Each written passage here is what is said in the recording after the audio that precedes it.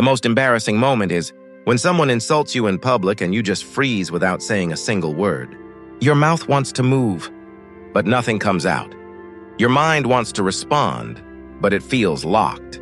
You stand there, fully aware that people are watching, aware that seconds are passing, aware that this moment matters, and still you say nothing. Not because you don't have thoughts, but because you can't access them. This problem happens with almost everyone.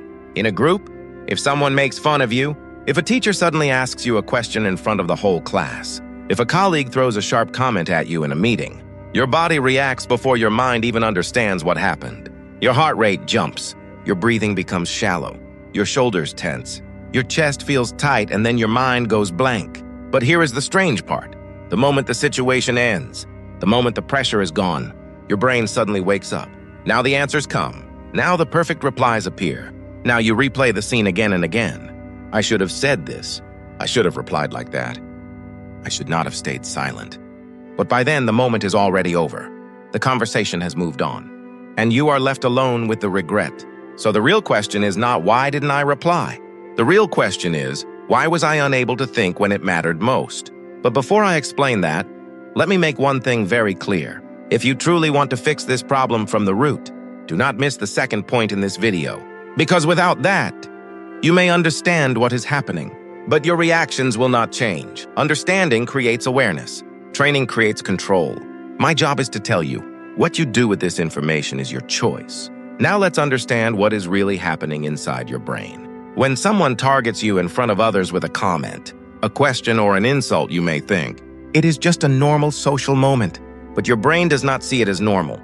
Your brain feels that your respect is at risk. Your reputation is at risk. Your position in the group is at risk. And for the brain, social danger is processed almost the same way as physical danger. It doesn't matter if no one is touching you. Your nervous system still reacts as if something important is under threat. That is why, in that exact second, your amygdala, your brain's alarm system, takes control. And the amygdala does not think. It reacts. Its only job is survival. So when it detects danger, it does something critical. It reduces activity in the thinking part of the brain, because thinking takes time, and survival demands speed. So now your brain switches into automatic mode. Psychology calls this system fight, flight, or freeze. Some people go into fight mode. They attack back immediately. Their mouth moves fast. Their words come out sharp and intense. Sometimes this looks confident, but many times it is just uncontrolled emotion. Sometimes it protects them. Sometimes it makes the situation worse. Because it is not strategy, it is reflex. Some people go into flight mode. They avoid eye contact. They laugh it off. They change the topic. They leave the situation. It feels safe in the moment, but it teaches the brain one dangerous lesson. Running is the solution. So the fear does not disappear, it grows. But most people go into freeze mode. The body becomes still. The voice disappears. The thoughts stop forming. You are present physically, but mentally you are locked. And later, when you replay the moment, you ask yourself, why didn't I say anything? Why didn't I defend myself? Why do I always freeze? Now here is the most important part. You freeze not because you are weak. You freeze because your brain thinks it is protecting you. Your brain is not afraid of getting hit. Your brain is afraid of humiliation, of rejection, and of social loss. So it thinks, if I say something wrong, it will get worse. If I respond badly, people will laugh more. If I stay quiet, at least I won't make it worse. So your brain chooses silence, not because you are powerless, but because your brain is choosing what it believes is the safest option. Then later, when you are calm and alone, your thinking brain comes back online. Now you can analyze. Now you can imagine better replies. Now you can see what you should have done. And that creates regret. But that regret does not mean you are incapable. It means your brain was in survival mode, not performance mode. This reaction is not rare. It is human. The only difference is, some people emotionally recover faster. Some people replay the moment for days or even weeks. But the mechanism is the same. Now let's talk about how to change this pattern. Solution 1, the power of the pause. This sounds simple, but it is one of the most powerful tools you can use in social pressure. Your biggest mistake is this. The moment someone hits you with a comment, your brain wants to respond immediately. And when you react immediately, you are still in emotional mode. But when you take just 2 to 3 seconds of pause, something powerful happens inside your nervous system. Your breathing slows slightly. Your heart rate begins to stabilize. Your thinking brain starts to wake up again. In that small pause, you shift from survival mode to control mode. And there is another psychological effect most people don't realize. When someone replies slowly and calmly, the other person unconsciously thinks, this person is not shaken. This person is not emotional. This person is confident under pressure. So the pause does not make you look weak. It makes you look powerful. So the pause gives you two major advantages. First, it protects your thinking ability. Second, it increases your perceived dominance. You don't look rushed. You don't look defensive. You look grounded.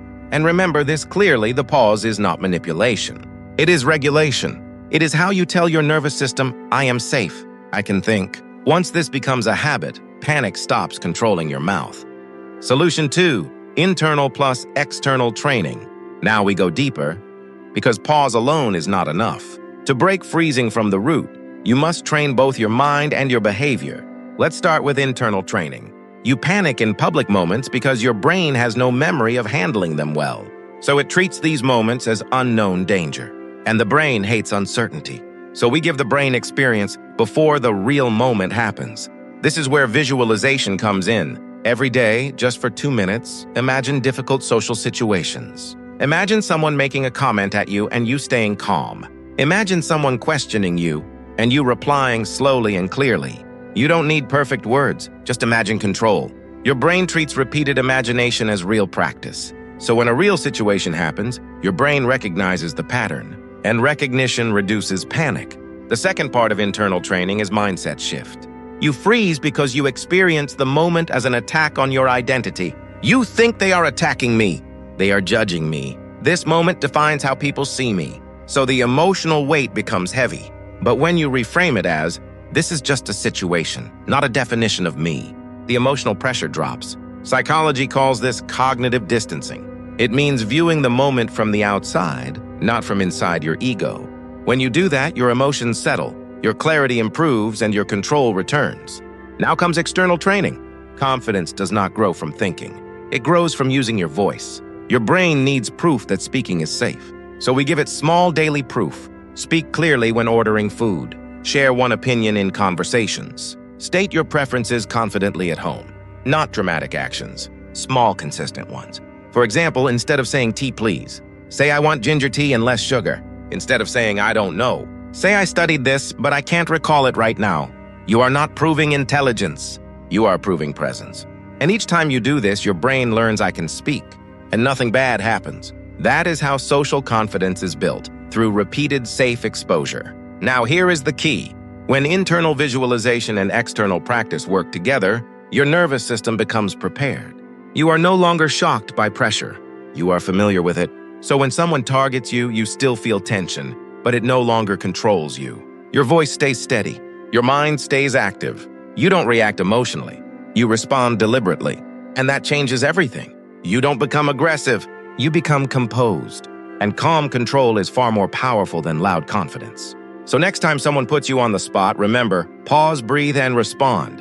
And finally, if you want to tell me that you subscribe to this channel, how will you say it? Write it in the comments. The comment I like, I will highlight publicly, and I will also give a shout out. Until next time, we meet again with another powerful video.